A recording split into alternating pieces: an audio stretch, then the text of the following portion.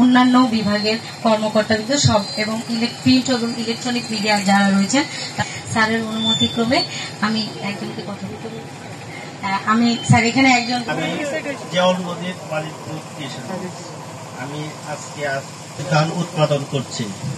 হ্যাঁ, উনি এখান থেকে আমি 60 একর প্রায় 90 এখানে মানে 60 একর জমি লিজ দিয়ে চাষাবাদ করতেছে এবং এই চাষাবাদটা স্যার এই জিয়াউল মজিদ সাহেব স্যার করতেছেন স্যার।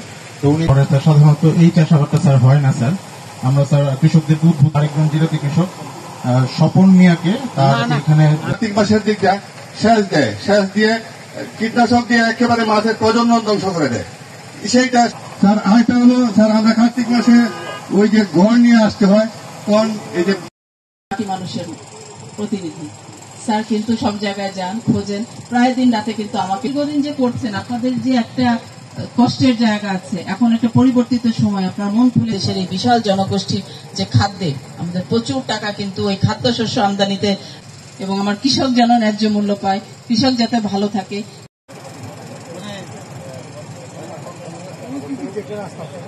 কিলোমিটার রাস্তা আসার পরে আমাদের আসফাল নেই আর রাস্তা নেই, তখন আমরা ওই 1-2 কিলোমিটার রাস্তা এই পানি কাদা দিয়ে মাথায় পূজা বহন করে দামও দিতে হবে।